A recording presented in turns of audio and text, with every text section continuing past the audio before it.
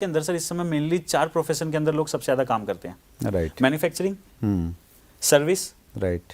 फिर आपका आ जाता है एग्रीकल्चर, फिर आपका डिफेंस के लिए भी बड़ा एक क्रेज है। डिफेंस में भी हमारा बहुत बड़ा वो है, डिफेंस फोर्सेस में सारी इंक्लूड कर लेता हूँ। सर मैन्युफैक्चरिंग सेक्टर की अगर हम बात करें तो क्या हो रहा है, आर्टिफिशियल इंटेलिजेंस या ऑटोमेशन की वजह से पहले 10,000 लोग मिलकर 1,000 कार बनाते थे। राइट। आज 1 लाख कारें बिक रही हैं, लेकिन क्या 1,000 कारें 10,000 लोग बना रहे थे तो क्या 1 लाख कार 10 लाख लोग बना रहे हैं? नहीं बना। 10,000 लोग 1,000 कार बना रहे थे, आज 1,000 लोग 1 लाख कारें बना रहे हैं। तो क्या हो रहा है, देश बढ़ रहा है, कारें बिक रही हैं, कंट्री ग्रो हो रही है, लेकिन एम्प्लॉयमेंट कम हो रहा है, खत्म होती जा रही है। ऑटोमोबाइल सेक्टर ले लो सर, 2019 अभी हम खत्म कर रहे हैं। इस साल में क्या हुआ ऑटोमोबाइल सेक्टर के साथ? सर हमारा ऑटोमोबाइल सेक्टर हमारी जीडीपी का 7% कंस्टिट्यूट करता है। हमारी पूरी जीडीपी का 7% ऑटोमोबाइल सेक्टर से आता है, और उसके अंदर जो ऑटोमोबाइल कंपोनेंट मैन्युफैक्चरर है वो 2.5% हमारी जीडीपी का आता है वहां से।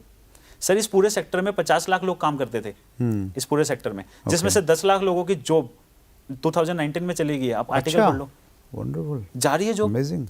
क्यों? और हमारी आंखों के सामने जा रही है और हम लोग अभी भी नहीं रियलाइज कर पा रहे हैं। क्योंकि सर क्या हो रहा है, टेक्नोलॉजी आएगी, इंसान को निकालेगी। क्योंकि सर एक चीज आप मान लो रोबोट हो, मैं एक इंसान हूं, आप सैलरी लोगे? रोबोट तो कहाँ सैलरी है, वन टाइम इन्वेस्टमेंट है। आप सैलरी नहीं लोगे, मैं तो लूंगा। आप सैलरी नहीं लोगे तब भी 24 घंटे काम करोगे, मैं सैलरी लेके भी 12 घंटे से ज्यादा काम नहीं करूंगा। आप बीमार नहीं पड़ोगे, मैं बीमार पड़ूंगा। मेरे को कभी छुट्टी जाना होगा, कभी डेट पे जाना होगा, कभी कहीं जाना होगा, मूड खराब होगा, कहीं नहीं जाना। आप समझ रहे हो? त्योहार होंगे, सब चीजें होंगी, लेकिन रोबोट का कुछ नहीं होगा। सर सबसे बड़ी कॉस्ट क्या है कंपनी की आज के डेट में? सर आपको पता है, ह्यूमन वर्कफोर्स 70% जो है वो लोगों को सैलरी देने में जा रहा है। अगर वही हम एलिमिनेट कर दे तो सीधा प्रॉफिट मार्जिन बढ़ गया। आज एक चीज और बताता हूँ सर, ऑटोमोबाइल सेक्टर के ऊपर जो मैंने किया है, हर जगह बोल रहे हैं कि स्लो डाउन है, बट कोई ऐसा एकड़ा नहीं है कि जो दिखा रहा है कि स्लो डाउन है। पिछले साल से कारें ज्यादा बिकी है, पिछले साल से बाइकें ज्यादा बिकी है। सर देखो इंडस्ट्री बड़ी समझदार हो गई है। आपको 2011 का या 12 का मैं जब एमबीए कर रहा था, एक इंसिडेंस मेरे को याद है कि मारुति कंपनी के अंदर जब लोगों को ले ऑफ किया जा रहा था, तो जो इंसान बताने गया ना कि कल से जॉब पे मत आना, उसी को जिंदा जला दिया था। अच्छा, ये इंसिडेंस हुआ था जिसकी वजह से फैक्ट्री का प्लांट कई दिनों तक बंद हो गया था। आज ऑटोमोबाइल सेक्टर की कंपनियां ना बड़ी समझदार हो गई हैं। वो है ना, जानबूझ के पहले आज के डेट में क्या क्रिएट किया जाता है कंपनीज के द्वारा कि स्लो डाउन है। राइट। आज के डेट में महिंद्रा एंड महिंद्रा ने 15 दिन तक या पता नहीं कितने दिन तक अपने प्लांट में ऐसा कर दिया कि 100 लोग हैं, हम किसी को नहीं निकालेंगे जी, 50 लोग आएंगे 15 दिन काम करने, 50 लोग आएंगे 15 दिन काम करने। ऑटोमेटिक 50% वर्कफोर्स निकाल दी ना सर, सैलरी आधी आधी दे रहे हैं। तो कंपनी को पता है कि एक साथ 80% को नहीं निकाल सकते हम। सर ऑटोमोबाइल सेक्टर से 50 लाख लोग हैं, 10 लाख लोग रह जाएंगे अगले 3 साल के अंदर।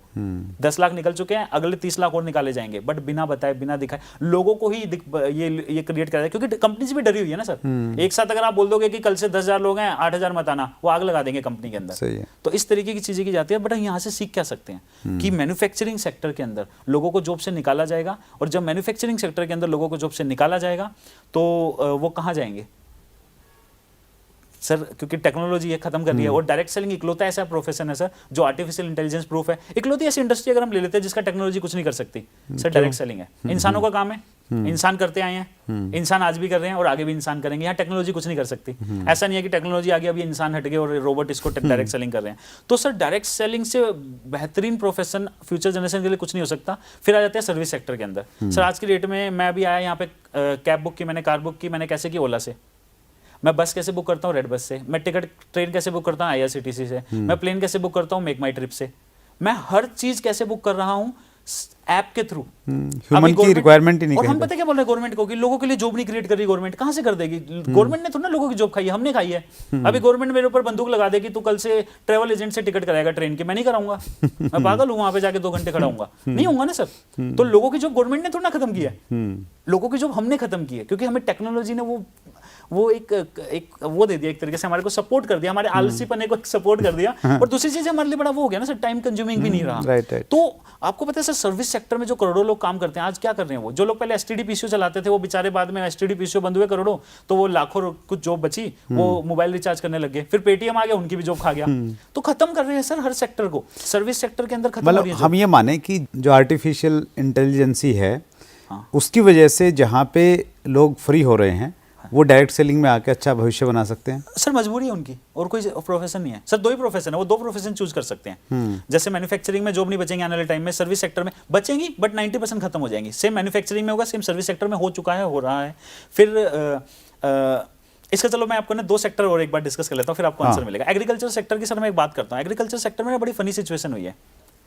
150 साल पहले चले जाएं, आज से 150 साल पहले। सर 150 साल पहले जैसे कि ये टेबल है, पूरा का पूरा। इतनी ही जमीन अमेरिका में भी होती थी एक इंसान के पास, और इतनी ही जमीन यूएसए में भी होती, मतलब इंडिया में भी होती थी। राइट। $1 1 के बराबर था, याद होगा हमको। राइट। इतनी ही जमीन, इतने ही रिसोर्स इंडियन के पास भी है, इतने ही रिसोर्स एक अमेरिकन के पास भी है। अब हमारे यहाँ पे क्या हो रहा है, लेकिन खेती कैसे होती है, हाथों से। अब हाथों से खेती हो रही है, बैल से खेती हो रही है, तो क्या कर रहे हैं हमारे पड़पड़ दादा जो थे, वो पूरे साल लगे हुए बेचारे इतनी जमीन पे खेती कर पा रहे हैं, और इतनी सारी जमीन उनकी खराब हो जा रही है। और आपने देखा होगा सर, 30-40 साल पहले एक दारू की बोतल देके खेत नाम कर देते थे लोग। हाँ, कोई कीमत नहीं थी सर। नहीं थी, सही कह रहे हैं आप। जमीन की कोई कीमत नहीं थी। अब पड़पड़ ज्यादा जो हमारे थे उनको टेंशन कि भाई पूरे साल लगा रहता हूँ, इतनी जमीन पे खेती कर पाता हूँ, बाकी सारी की सारी जमीन तो मेरे यूज में आई नहीं रही। सेम चीज अमेरिका में भी थी, वहां के भी पड़ जो दादा थे वो भी टेंशन में कि यार पूरी नहीं आ रही। बट हमारे दादा ने इसका क्या सोल्यूशन निकाला, नहीं हो पा रहा ना, जितने हाथ उतना बढ़िया, into 10 into 6। उन्होंने 10 बच्चे किए, उन्होंने 6 बच्चे करे। ये अब कितने हो गए, 100 बच्चे हो गए। अब ये पूरी जमीन पे बिखरे हुए हैं, पॉपुलेशन पूरी जमीन पे बिखरी हुई है। अब पूरी की पूरी एरिया को ना लोग कवर कर सकते हैं, इतनी पॉपुलेशन होगी हमारी। बट अमेरिका वाले जो पड़ दादा थे, उन्होंने बोला ये तो बड़ी टेंशन वाली चीज है, बच्चे इतने करने, उनको संभालना, ये ज्यादा टेंशन है। उन्होंने क्या किया, ट्रैक्टर बना दिया। अब ट्रैक्टर की जब उन्होंने इन्वेंशन की, आपको पता बाहर तो जल्दी आ गया था, बाहर तो 100 साल पहले आ गया था, इंडिया में आया ना अभी 30-35 साल पहले।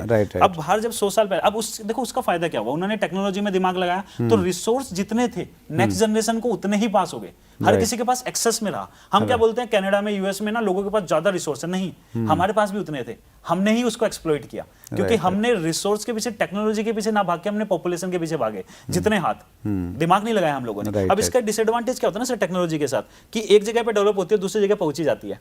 वहाँ 100 साल पहले आई थी, हमारे यहाँ 30-35 साल पहले आ गई। अब इसका देखो सर, वहाँ 100 साल पहले आई, हमारे यहाँ 30-35 साल पहले आ गई, लेकिन आ तो गई, आते ही क्या हुआ, 90% लोगों की जरूरत खत्म हो गई, क्योंकि अब वापस क्या हो गया कि वो 1 से 100 हो गए थे, अब वापस 1 की जरूरत है, या मैक्सिमम 10 की जरूरत है ट्रैक्टर आते ही। अब 90% लोग 90% टाइम फ्री बैठे हैं। अगर मैं अपने गाँव की बात करूँ सर, भिवानी के पास, भिवानी खेड़ा के पास मेरा गाँव है, नाम नहीं बताऊंगा लोग बोलेंगे हमें फ्री बोल रहा है। 90% लोग 90% टाइम फ्री बैठे हैं, कोई काम नहीं है उनके पास, ना कोई जनरेट हो सकता, बट उनको खाना भी खाना है, उनको सब कुछ, सारे रिसोर्स चाहिए गवर्नमेंट से। तो सर इन लोगों के लिए कोई जॉब क्रिएट नहीं हो सकती, क्योंकि टेक्नोलॉजी, आज गवर्नमेंट के सामने प्रॉब्लम क्या है कि जो ऑलरेडी जॉब कर रहे हैं उनकी बचा ले हम जॉब। आप देख रहे हो बीएसएनएल में क्या हो रहा है, एमटीएनएल में क्या हो रहा है, लोगों की जॉब से निकाला, जिनकी लगी हुई है उनको तो हम बचा नहीं पा रहे, नए लोगों के लिए कहां से जॉब क्रिएट करेंगे।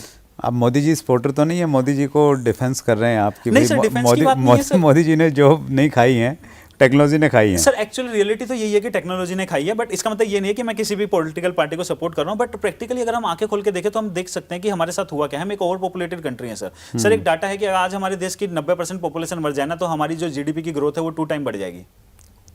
बट 90% किसको मार दें, किसको मार दें? नहीं मार सकते ना, ये चीज प्रैक्टिकली पॉसिबल नहीं है। तो 90% लोगों के लिए तो कोई काम ही नहीं है, ना होना है, और धीरे धीरे गवर्नमेंट के ऊपर प्रेशर बढ़ता जा रहा है सर। 3% से कम लोग हैं जो आईटीआर भर रहे हैं, तो कितने लोगों का प्रेशर गवर्नमेंट के ऊपर आ रहा है। तो मैन्युफैक्चरिंग में जॉब खत्म हो रही है, सर्विस में जॉब खत्म हो रही है, एग्रीकल्चर में जरूरत नहीं रही है अब 90% लोगों की। और लास्ट हमारा डिफेंस सेक्टर आया था, डिफेंस के ऊपर मैंने एक वीडियो बनाई थी कि डिफेंस से लोगों को निकाला जाएगा। लोगों ने बड़ा बोला कभी नहीं निकाला जाएगा, डिफेंस की तो सरकारी जॉब होती है सर। उसके 20-22 दिन के बाद एक आर्टिकल आ गया था 1,35,000 लोगों को निकालेंगे। प्रैक्टिकल यही है सर। आपको पता है आज हमारे यहाँ की आर्मी को अगर 80% हम खत्म कम कर दे, 80% अगर हमारी आर्मी निकाल दे हम, तो हमारे पास इतना पैसा बच जाएगा कि हमारी 20% आर्मी को हम वो रिसोर्सेज दे सकते हैं कि वो दुनिया की सबसे सुपर मतलब एक तरीके से मतलब आर्मी बन जाएगी, मतलब सबसे ज्यादा बेहतरीन एडवांस लेवल के उनके पास वेपन्स होंगे। बट ये हम नहीं कर सकते, क्योंकि 80 को निकालेंगे तो जिन्होंने वहां बंदूक कर रखी है वो यहाँ कर लेंगे कैसे निकाल रहे हो? तो हम फंसे हुए हैं। तो इसलिए हम क्या कर रहे हैं, धीरे धीरे करके निकाल रहे हैं। और आर्मी ने बोला 1,35,000 को निकाल रही है, धीरे धीरे करके उनको निकालना पड़ेगा। 80% लोगों को आर्मी से भी निकालना पड़ेगा सर, क्योंकि इंसान है ना, मर जाता है। और ये सारी की सारी जो सारी के सारे जो क्षेत्र हैं ये डायरेक्ट सेलिंग की तरफ आ सकते हैं, आना ही पड़ेगा। कोई और सेक्टर नहीं है ना, मैन्युफैक्चरिंग, सर्विस, एग्रीकल्चर और ये आपका डिफेंस या कोई भी आप सेक्टर ले लो, हर जगह टेक्नोलॉजी लोगों को निकाल रही है। इकलौता ऐसा सेक्टर है जो बाहें फैला के खड़ा है। किसी भी सेक्टर के हो आप,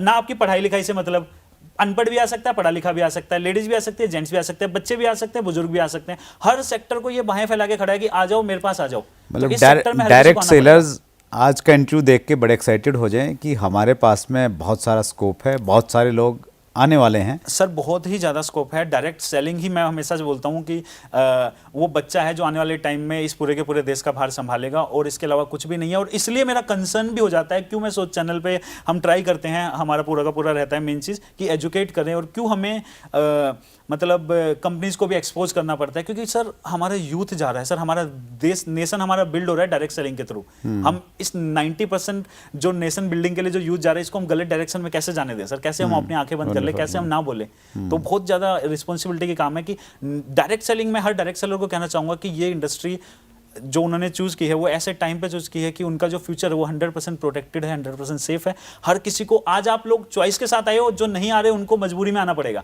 बट आना हर किसी को पड़ेगा सर, इसके अलावा और कोई रास्ता नहीं बचेगा। इसलिए हर किसी को डायरेक्ट सेलिंग करनी चाहिए और एजुकेट होकर करनी चाहिए, सबसे इंपॉर्टेंट चीज़। आपने बहुत विस्तार से बताया सर, और ये जो लॉजिक्स आपने दिए इसको कोई झुठला नहीं सकता, बहुत डिटेल आपने जानकारी दी, और इसी प्रकार से आप एजुकेट करते रहिए अपने चैनल के माध्यम से। आज आपने समय निकाला सर, हमारे व्यूवर्स की तरफ से बहुत बहुत आभार। Thank you very much. Thank you sir, और बहुत अच्छा लगा सर मेरे को यहाँ पे आके, लास्ट टाइम भी आया था, बहुत अच्छा लगा था।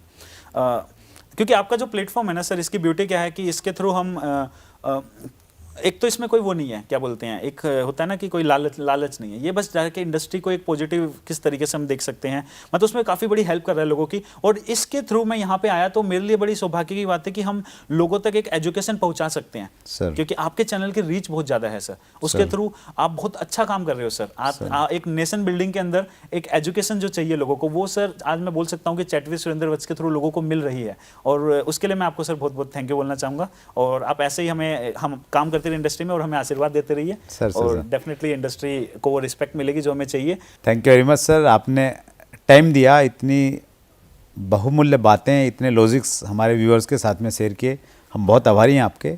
और आप भी इसी प्रकार अपने चैनल के माध्यम से ये जो ज्ञान है, इस ज्ञान रूपी प्रकाश से आप अंधेरा दूर करते रहिए। बहुत बहुत धन्यवाद sir. Thank you sir. So ये थे श्री सुमित चौहान, एक क्रांतिकारी यूट्यूबर, डायरेक्ट सेलिंग को लेके जिनके अंदर दर्द है, जिनके पास विज़न है, जिनको लगता है कि देश की हर समस्या का समाधान डायरेक्ट सेलिंग और डायरेक्ट सेलर के पास में है। अगले मंगलवार रात्रि 8 बजे फिर हम एक नई शख्सियत के साथ में मुलाकात करेंगे। अपना ख्याल रखिए, बहुत बहुत धन्यवाद।